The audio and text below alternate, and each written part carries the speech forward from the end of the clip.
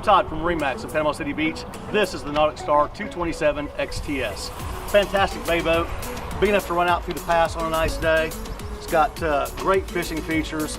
Got a bow seat up here to help your back when you're standing up here casting all day. It's got lots of huge storage compartments, 30-gallon fish boxes, storage here. The moving back,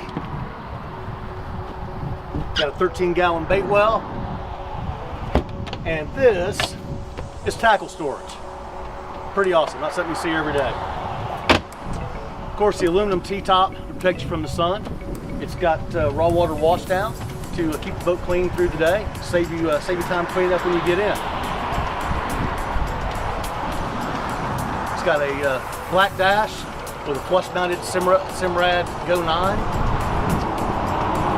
Gauges, all your switches here, nice stainless switches with lights, stainless steering wheel, helm pad to help save your back and your feet when you're riding all day.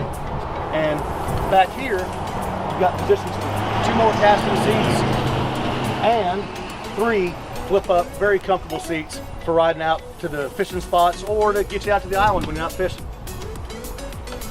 So come by MarineMax in Panama City Beach and take a look at this boat. Thanks.